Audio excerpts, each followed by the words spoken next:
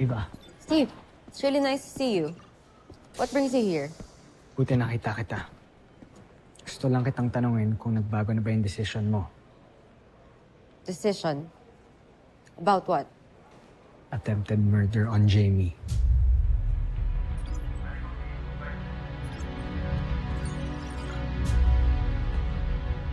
Can you give me a break? Sinabi ko naman sa'yo na wala akong kinalaman dyan, diba? And think about it. Ano bang mapapala ako pag pinatay ko si Jamie? Since alam ko naman wala nang chance for us to be together anyway. Ay, diba? Just leave me alone. Walang mapapala. What about your ambition to be part of the Voltes team? Kaya nung nakakita ka ng opportunity, nagpresenta ka to replace Jamie. Yeah, you're right. I want to be part of the Voltes team because I deserve it. And if you think that I'm that desperate, ba't hindi na lang ikaw yung pinatay ko? You broke up with me, remember? Pinaasa mo ako ng paulit-ulit. You hurt me so many times. Kaya ba't hindi na lang ikaw yung pinatay ko at ginantihan ko?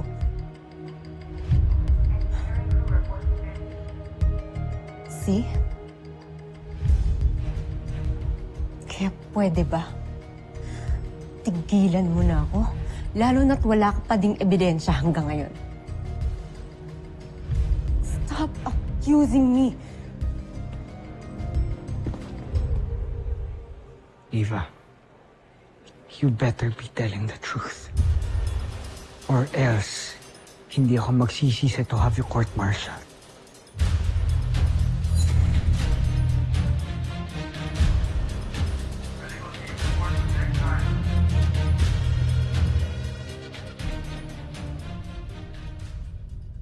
Hindi ko akalaing dadating ang panahong to. Draft. Ang sandali na, kamumuhian ako ng ating mahal na prinsipe.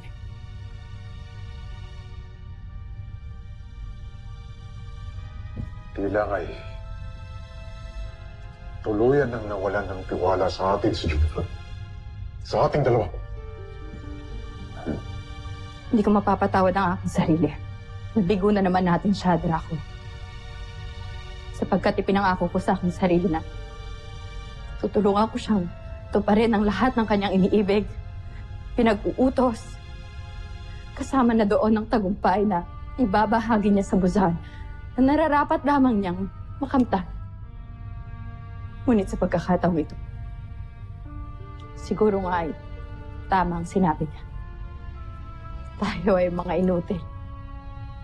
Mga inutil na hindi makakatulong sa kanya. Hindi. Hindi. Hindi, Rosana. Huwag kang panghinaan ng loob. Nararapat ngayon, lalo nating paghusayan ang ating ginagawa upang magtagumpay tayo sa ating misyon. Ngunit meron na siyang ibang pinagkakatiwalaan, Draco.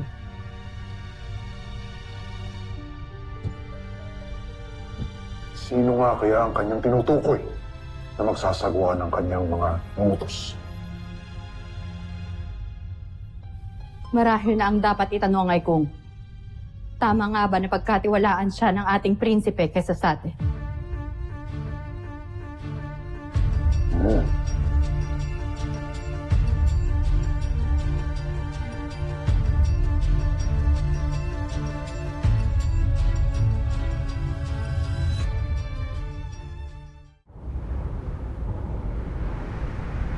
Little John, I am sending you to the International Scientific Conference to represent Camp Big Falcon and Voltes team. Talaga, Dr. Hook? Excited na ako. Tatanungin ko na si Octuan. Sorry, pero hindi pwedeng isama si Octo-1. High level ang security sa conference. Hindi natin siya nakuha ng clearance. Talaga? Eh, sayang naman. Malulungkot yun dahil di siya makakasama. Ikwento mo na lang kay Octo-1 kung ano mangyayari sa conference. Sige na. Pasasamahan kita sa sarili mong security detail. Thanks, Dr. Hook. I'll make you proud. Promise. Escort Little John. Oh!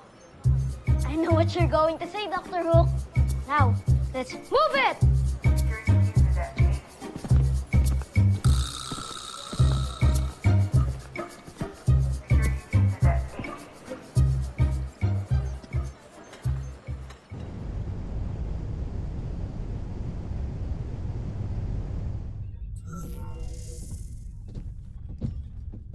ako. Joffre.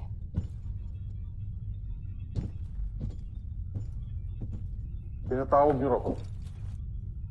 Nais niyo na bang makilala ang tutulong sa atin sa pakikipaglaban sa ating mga kaaway? Sino siya, Joffre? Papasukin ang ating panauhin.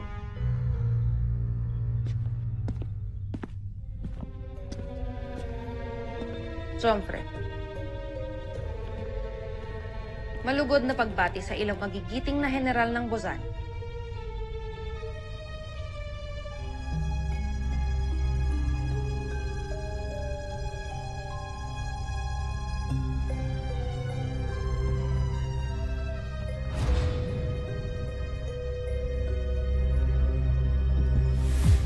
Kontesa Zaki? Ang punong tagasiyasat ng emperador? Tama kayo. Si Contessa Zaki ang aking bagong kasangga.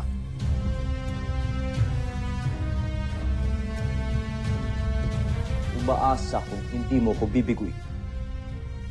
Hindi tulad ninyong dalawa.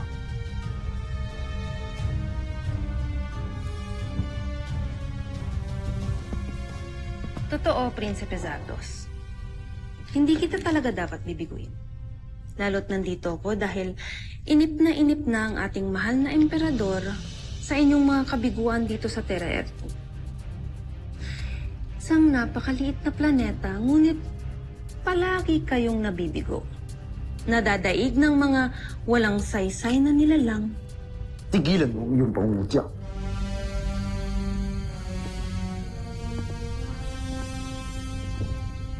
Tingnan natin kung saan aabot ang iyong kahambugan.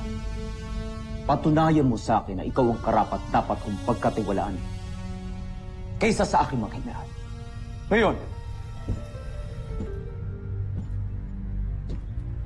ilabas mo ang sinasabi mong dadaig kay Voltes Fat. Ngayon din, Prinsipe Zardos.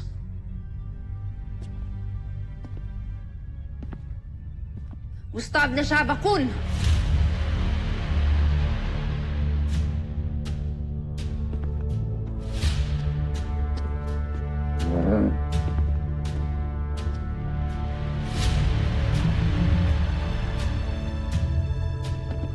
Ang kambal na madirigba, si Arisa at Takeo.